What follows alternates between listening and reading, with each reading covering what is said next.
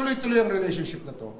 Tuloy-tuloy ito at marahil ay gagawin pa ng ibang refinement para mas mabilis ang proseso.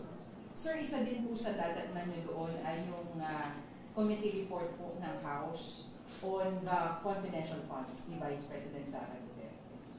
Marahil, nandiyan na yan eh. Actually, nandiyan na naman sa ombudsman ang mga report na yan. At bubuklatin natin. Pag-aaralan at tatanungin natin yung mga may hawak doon ngayon.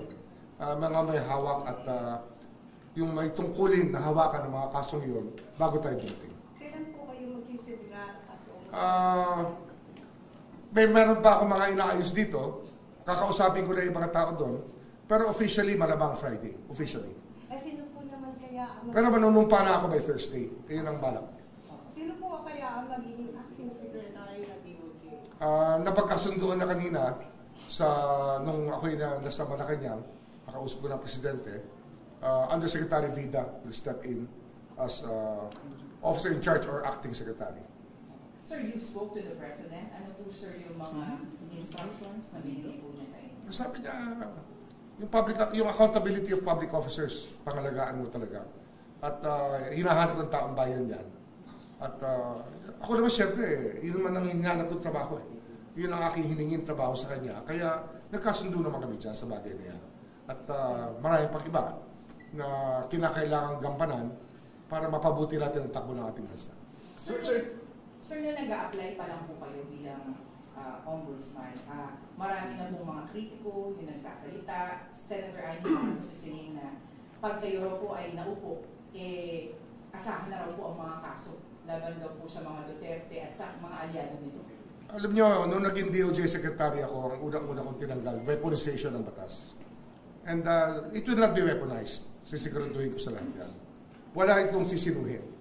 Ang trabaho ng ombudsman para sa buong Pilipinas, hindi sa isang kampo ng politika. Kaya wala tayong sisinuhin dito. Sir, yung DOJ policy na evaluate muna ang kaso file to weed out yung mga nuisance cases, will you be adopting the same sa ombudsman? Siyempre, dapat taasan ang standard. Sabi ko nga, dapat mawala yung weaponization ng office. Dapat dyan talaga hanapan ng ebidensya at yung ebidensya matibay. Para pag final na, ang idea natin dito iba yan. No? Actually, hindi naman iba. Alam to ng lahat ng abogado. Pag kumpleto ka sa ebidensya at ang kaso ay nakamada nyo na kung paano gagampanan ng kaso, kung paano ihaharap sa husgado. Ang gusto natin mag-continuous trial para mabilis.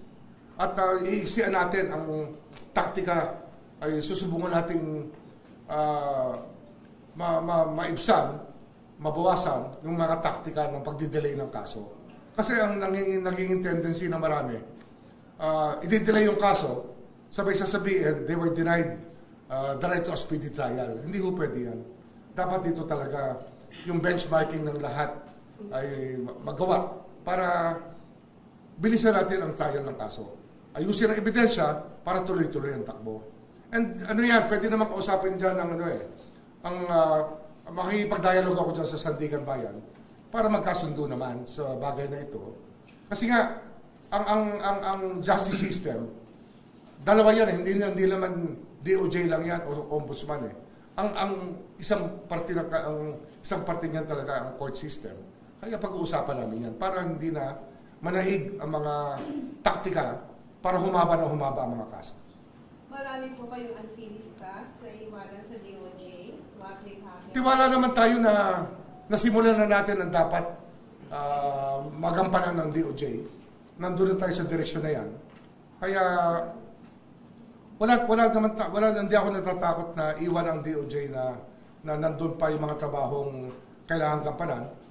Pero, syempre ito talaga yung 3 taon kong ginagawa na araw-araw. So, mag-a-adjust pa tayo. Mag-a-adjust. Sir, meron ka bang mga list of names na recommend sa Pangulo na pwede pumalit sa iyo bilang Secretary of Justice? Hindi pa namin napag-uusapan. Yung una muna yung officer in charge. Yung officer in charge or acting secretary pagdating ng Biyernes. Sir, not necessarily related sa ghost projects, pero is there any government agency that you think that the Ombudsman should pay special attention to? Ano to eh, buong gobyerno to eh. The whole government system is the purpose by which this office was put up by the framers of the Constitution is to make all public officers accountable. So every branch of government comes in. Kaya wala tayong special rito. Lahat talaga we should live by the code of ethics, ethical standards, at lahat ng mga batas natin dapat sinusundan talaga. Kagaya ng sinusumpaan natin tuwing tayo nag-a-assume ng office. Sir, nung una po kayong umapak dito sa DOJ, sa una po natin interview, dinescribe niyo po yung DOJ na masalimuot. Yung mga problemang dinatnan niyo po sa sistema. How are you leaving the DOJ now?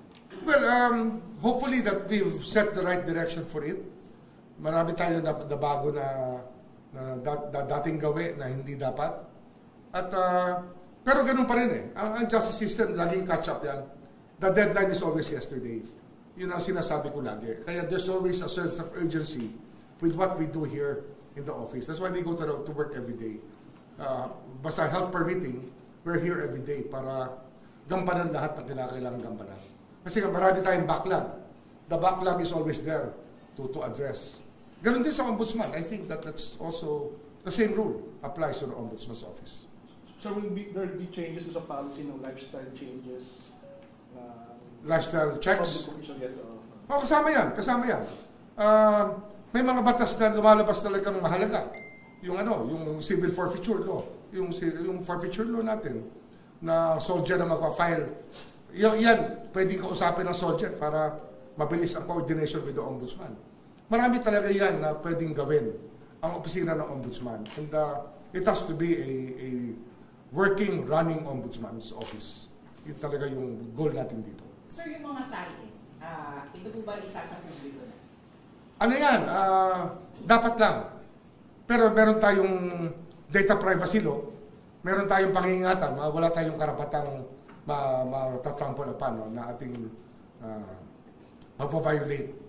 Kaya we will lalagay tayo ng guidelines lang sa pag-release ng SALN.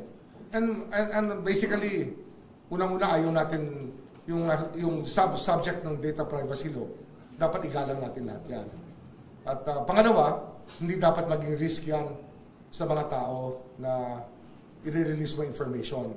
Kasi baka mamaya talagang naglahad talaga ng figures yung tao, ang isang opisyal, marami siyang cash, baka makidnap pag nilabas natin lahat yan. At siguro isa pang bagay na dapat tingnan natin, yung sharing ng information. Ano bang purpose? Ba't kinukuha ang SALN? Kung ito yung investigative journalism, sana naman i-share ang findings. Exactly all the findings should be shared with the Office of the Ombudsman also. Para naman, not left in a lurch, not left in a void ang Office of the Ombudsman. Makinabang din naman. Sa pag-release ng information, we get information back also. Sir, you mentioned din po doon sa JBC noon, and yung interview niyo po sa media na gusto niyo makatuwang yung publiko sa paniniguan. Crowdsourcing. Crowdsourcing of information. Malaking bagay yan. Gagawa tayo ng mechanism para makuha namin ang gustong ilahad ng publiko tungkol sa mga taong dapat imbestigahan ng Office of the Ombudsman. Saan natin pag-usapan yun kasi I want to see how it runs right now, how the caseload of the Ombudsman's office. I want to see the caseload of the Sandigan Bayan, kung gaano kabigat, para ma-estima natin kung paano tayo gagalaw dito. May time and motion na involved dito para mapabilis natin. Ang sinasabi ko nga, kung kaya i-continuous trial natin. Hindi na dapat umabot ng taon-taon para isang tao ay ma-convict o ma-acquit. Dapat dito talagang talagang i-build up ang kaso para ready for trial lahat ng kaso ipa-file ng Ombudsman sa Sandigan Bayan. So bilang Ombudsman po, baka may message po kayo sa mga tiwaling opisyal ng gobyerno? Hindi ba naman, ang message lang natin dyan ay meron pong opisina ng Ombudsman na nagbabantay sa pagganap natin sa ating tungkulin at kung tayo hindi tatalima sa batas ay mayroon nagbabantay pa rin at pananagutin po ang hindi susunod sa batas. Okay? Sir, may bilin ka ba sa mga opisyal na iwan mo dito? Yung mga trabaho? Carry on, carry on. I think that we're in the right direction. So the industry should carry on the fight here. Fight for justice. Ilan po ang isasama ninyo sa ombudsman? May ilan lang. Hindi, basta tanong muna. Malalaman nyo na lang. Di ba? Sa media po ba, mag-i-invite ba kayo? Hindi, ano yan, gagawin ko ng, magbabago nga yung forma ng opisinang yan. Kasi nga, I really think that we have to be more transparent. I think that public accountability starts with transparency. Para, po kasi ang ombudsman. hindi, we will make it different. Kailangan talaga baguhin na natin ito. Okay? Salamat.